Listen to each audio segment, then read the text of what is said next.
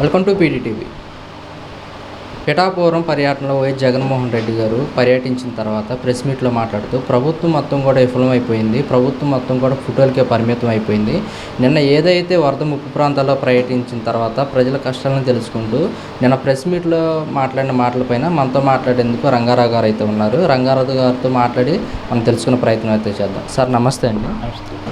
Sir, నిన్న పిఠాపురంలో వరద ముప్పు ప్రాంతాల్లో వైఎస్ జగన్మోహన్ రెడ్డి గారు పర్యటించిన తర్వాత ప్రభుత్వం మొత్తం కూడా విఫలమైపోయింది, బాధితులకు ఎలాంటి సహాయ చర్యలు అందించట్లేదంటూ కూడా జగన్మోహన్ రెడ్డి గారు చేసిన వ్యాఖ్యలపైన మీరేమంటారు?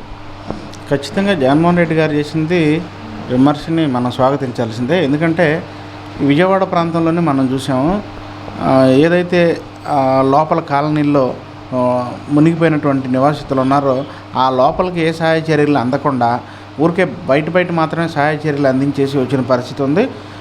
దానివల్ల చాలామంది సోషల్ మీడియా ద్వారా కానీ లేకపోతే ప్రసార మాధ్యమాల ద్వారా కానీ వాళ్ళు చెప్పడం జరిగింది, మాకు ఏ సాయం అందట్లేదు, ఎవరైనా వచ్చినా అక్కడి నుంచి అటు వెళ్ళిపోతున్నారు తప్ప ఈ లోపలికి వచ్చి కరెంట్ లేక ఇబ్బంది, దోమలతో రకరకాల ఇబ్బందులు పడుతున్నాం, పిల్లలకి పాలు లేకుండా ఎన్నో ఇబ్బందులు పడ్డాము, ప్రభుత్వం ఏ విధంగా మమ్మల్ని ఆదుకోలేదని చెప్పి వాళ్ళు చెప్పడం మనం చూసాము. ఇప్పుడు నిమ్మల రామానాయుడు గారు కానివ్వండి, చంద్రబాబు గారు కానివ్వండి, వీళ్ళ ఫోటోల్లో మాత్రం పెద్ద ఫోటోల్లో పేపర్లో వాళ్ళ అనుకూల మీడియాలో వస్తుంది తప్ప ఇప్పుడు ఎన్యూమరేషన్ చేసి వాళ్ళు ఎవరైతే ఉన్నారో బాధితులకి ఏ విధంగా సహాయ చర్యలు చేశారనేది కూడా చాలామంది మాకు సహాయ చర్యలు అందలేదని చెప్తున్నారు. మేము కూడా ఆ ప్రాంతంలో లోకల్గా మా పార్టీ కానీ మా పార్టీ ఎక్స్ఎమ్మెల్యేలు కానీ వీళ్ళందరూ కూడా వాళ్ళతో పాటు మేము ప్రయాణం అంతా కూడా తిరిగి చూసాం. చాలామంది మాకు ఏ విధమైన సాయం అందలేదని చెప్తున్నారు. దాని మీద మరి జగన్మోహన్ రెడ్డి గారు ఎక్కడైతే ఈ రాష్ట్రంలో వరద ముంపు ప్రాంతాలు ఉన్నాయి వాటన్నింటిని కూడా పర్యటన జరిగింది. నిన్న పిఠాపురం వెళ్తే కొంతమంది ఈ ఎల్లో గ్యాంగ్ ఏం చెప్తున్నారంటే కనీసం నీళ్ళల్లో దిగకుండా పరామర్శలా అంటున్నారు. ఇవాళ ఆయన పిఠాపురం ఏరియాలో వెళ్ళి నీళ్ళల్లో దిగి బాధితులందరితో కూడా మాట్లాడి వాళ్ళందరూ యోగక్షేమాలు తెలుసుకుని ప్రభుత్వం ఏ సహాయ చర్యలు చేసింది, ఇంకా ఏం చేయాలనే దాని మీద ప్రతిపక్ష నేతగా ఆయన వెళ్ళి వాళ్ళందరినీ కూడా చూడటం జరిగింది. దీన్ని వక్రీకరించే కోణంలో మాత్రం ఎక్కడ కూడా చెప్పొద్దు. ప్రజలకి ఇచ్చిన హామీని ఏ విధంగా మనం నెరవేర్చాలనేది, ప్రజలకి ఎలక్షన్ అప్పుడు మనం ఏ హామీలు ఇచ్చాం, ఏం నెరవేరుస్తున్నాం అనేది దాని మీద దృష్టి పెడితే చంద్రబాబు గారు కానివ్వండి, మంత్రులు కానీ వాళ్ళందరూ దాని మీద దృష్టి పెట్టాలి. నేను జగన్మోహన్ రెడ్డి గారు చేసిన కామెంట్ కూడా ఆ రోజున ఎలక్షన్ ప్రచార ఆర్భాటంలో భాగంగా నీకు 15,000 నీకు 15,000 నీకు 15,000 బుడ్డదానికి కూడా 15,000 అని చెప్పి ఆడవాళ్ళందరికీ కూడా మరి నెలకు 1,500 రూపాయలు ఇస్తామని చెప్పి ఆ రోజు ప్రచారం చేశారు. కాబట్టి అదే విషయాన్ని ఆయన చెప్పడం జరిగింది తప్ప దానికే మీ అనుకూల సోషల్ మీడియాలో వక్రీకరణలు, హావభావాలు, తర్వాత ఆయన మీద వ్యతిరేకంగా కామెంట్స్ ఇవన్నీ మంచి పద్ధతి కాదు. మీరు ఇచ్చిన హామీలను గుర్తు చేయటం తప్ప ప్రతిపక్ష నేతగా మరి ఈ రాష్ట్రంలో పర్యటించి ఎక్కడైతే ఇబ్బందులు ఉన్నాయో ప్రభుత్వం దృష్టికి తీసుకొస్తే మీరు దాన్ని సానుకూలంగా ఆహ్వానించి వాటిని ఏ విధంగా భర్తీ చేయాలని ఆలోచన చేయండి. ఇప్పటికే దేశవ్యాప్తంగా ఎన్నో విరాళాలు సీఎం సహాయ నిధికి వస్తున్నాయి. గతంలో కూడా రాజధాని నిర్మాణానికి ఇటుకల కోసం ఆన్లైన్లో కూడా ఎన్నో డబ్బులు వచ్చినాయి. వీటన్నిటిని ఈ విరాళాలు వేల కోట్ల రూపాయల విరాళాలు వస్తున్నాయి. వీటన్నిటిని ప్రజాక్షేమం కోసం వినియోగించి ఈ ఎవరైతే వరద బాధితుల్లో ఇబ్బంది పడ్డారో వాళ్ళందరినీ కూడా మరి ఆదుకోవాల్సిన అవసరం ఉంది. కాబట్టి ఈ విరాళాలని సక్రమంగా ప్రజలకు చేరవేసే విధంగా చంద్రబాబు గారు దాన్ని చొరవ తీసుకోవాలని మేము ఆయనకి సూచించుతున్నాం. సార్, నేను జగన్మోహన్ రెడ్డి గారు మాట్లాడుతూ ఏలూరు రిజర్వాయర్ చూస్తుంటే కూడా విజయవాడ గుర్తొస్తున్న పరిస్థితి వస్తుందని చెప్పడం కూడా జరిగింది. ప్రభుత్వం నిర్లక్ష్యం వల్లైనా ఇలా మాట్లాడటం జరిగిందంటారా? అంటే ఈ గత 5 సంవత్సరాల్లో జగన్మోహన్ రెడ్డి గారు ఏ విషయం వచ్చినా జగన్మోహన్ రెడ్డి గారు తప్పిదం వల్లే జరిగింది, ఏదో మా ఇంట్లో పిల్లి బాగోకపోయినా జగన్మోహన్ రెడ్డే కారణం అనే విషయంగా మీరు మాట్లాడుతున్నారు. గతంలో చంద్రబాబు గారు మరి రాష్ట్రానికి 14 సంవత్సరాలు ముఖ్యమంత్రిగా పనిచేశారు. మరి అంత అనుభవం ఉన్న వ్యక్తి మరి కర్రకట్టలు కానివ్వండి, బుడమేరు కట్టలు కానివ్వండి, కాలువ కట్టలు పటిష్టం చేయడంలో మరి ఆ రోజు మీరు ఎందుకు చొరవ తీసుకోలేకపోయారు? 5 ఏళ్ల ప్రభుత్వంలో పరిపాలనలో జగన్మోహన్ రెడ్డి గారికి 2 సంవత్సరాలు కరోనాలోనే పోయింది.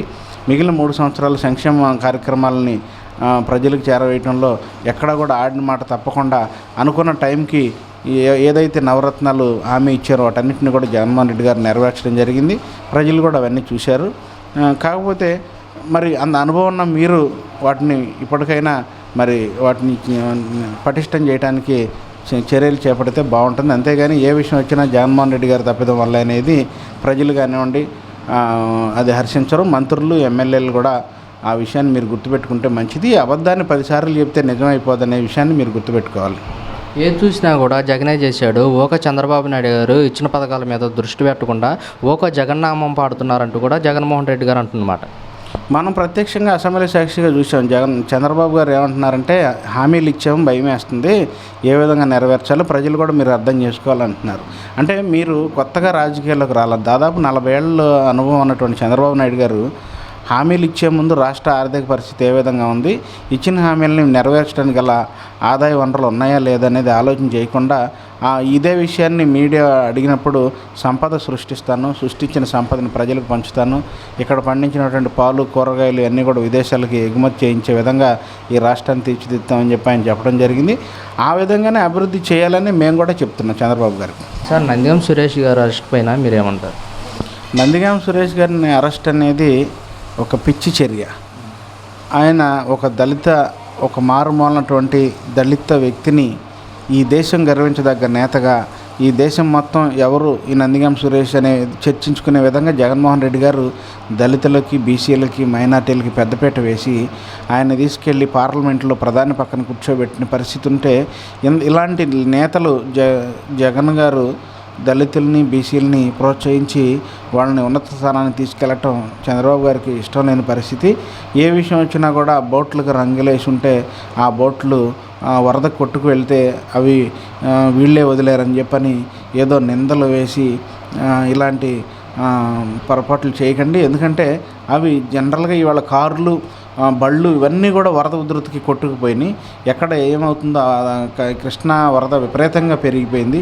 మరి అలాంటి పరిస్థితుల్లో బోట్లు కొట్టుకు వెళ్ళిన తర్వాత అక్కడ జరిగితే ఆ ఘటన కూడా వైసీపీ చేసిందని చెప్పి నందిగం సురేష్ సంబంధించినటువంటి వ్యక్తులు చేశారని చెప్పడం బాధాకరం. ఈ ప్రభుత్వం ఏదైతే ఇప్పుడు ఒకవేళ బోట్లు వరద నీటికి ప్రవాహాన్ని కొట్టుకొస్తే వాటిని తీసి పక్కన పెట్టే కార్యక్రమం చేయకుండా నిందలు వేసి అది కూడా వైసీపీ చేసింది. ఎందుకంటే ఇప్పుడు సాధారణంగా బోట్లు నడిపే వ్యక్తులు రకరకాల వ్యక్తులు ఉంటారు. వాళ్ళు పార్టీలకు అభిమానం ఉంటుంది. కొన్ని టీడీపీ కలర్లు వేసి ఉన్నాయి, కొన్ని వైసీపీ కలర్లు వేసి ఉన్నాయి. ఆ కలర్లు వేసున్న వైసీపీ కలర్ వేసి ఉన్నాయి కూడా మొన్న చంద్రబాబు గారు ముఖ్యమంత్రి అయిన తర్వాత వాటిలోనే విజయోత్సవ ర్యాలీలు కూడా పెట్టారు. అప్పుడు ఎవరు అని చెప్పి తప్పుపట్టాల్సిన పరిస్థితి ఉంటుందనేది మీరు ఒకసారి ఆలోచించి క్షేత్రస్థాయిలో దాని మీద పరిశీలన చేయకుండా కేవలం ఏదో మనం ఈ వరద ప్రవాహాన్ని ప్రజలను ఆదుకునే విషయాన్ని డైవర్ట్ చేయటం కోసం వాళ్ళ నందిగం సురేష్ మీద ఇట్లా నిందలు వేసి ఆయన అరెస్ట్ చేసి లోపల పెట్టడం అనేది కూడా అది మంచి పరిణామం కాదు. ఇవన్నీ కూడా వైసీపీకి మీరు చేస్తున్నటువంటి చర్యలు ప్రజలందరూ గమనిస్తున్నారు. రాబోయే రోజుల్లో ఏం చేయాలనేది ప్రజలే నిర్ణయిస్తారు. నందిగం సురేష్ గారి సతీమణి గారు కూడా చెప్పడం జరిగింది, మేము ఎంతో కష్టపడి పైకి వచ్చిన వాళ్ళు, మా మీద ఎలాంటి తప్పు కానీ తప్పుడు ఆరోపణలు కానీ లేవు, మమ్మల్ని చూసి ఎందుకు ఇలా కేసులు పెడుతున్నారంటూ కూడా ఆమె చేస్తున్న ఆరోపణలు. అదే చెప్పట్లా. ఇప్పుడు ఒక గ్రామస్థాయి నాయకుడిని గతంలో చెరుకు తోటలు తగలబెట్టారని ఒప్పుకోమని ఆయన విపరీతంగా కొట్టినా కూడా చెయ్యని నేరానికి నేను ఒప్పుకోనని చెప్పి ఆయన బలంగా నిలబడి జగన్మోహన్ రెడ్డి గారే చేయించారని చెప్పమని అబద్ధాల సాక్ష్యం చెప్పమని చెప్పినప్పుడు ఆయన గట్టిగా నిలబడినందుకే అలాంటి వ్యక్తిత్వం గలటువంటి వ్యక్తిని పార్లమెంటు స్థాయికి జగన్మోహన్ రెడ్డి గారు తీసుకెళ్లారు. ఆ పరిస్థితుల్ని జీర్ణించుకోలేక టీడీపీ ఇలాంటి వ్యక్తుల మీద ఇలాంటి బ్లేమ్ చేయటం వలన ప్రజల్లో వాళ్ళని చులకన చేయాలనే భావంతో చేసే కార్యక్రమాలే తప్ప ప్రజలన్నీ గమనిస్తున్నారు. ఎవరు ఏంటనేది క్షేత్రస్థాయిలో ఈ పనులు చేశారనేది. ఒకవేళ ఈ వరద కొట్టుకొస్తే వాటిని తొలగించి బ్యారేజీకి ఇబ్బంది లేకుండా చేయాలి తప్ప కేవలం వీళ్ళే వదిలేరు, కావాలని బ్యారేజీ పడగొట్టడానికి చేశారనే ఆరోపణలు అవాస్తవం.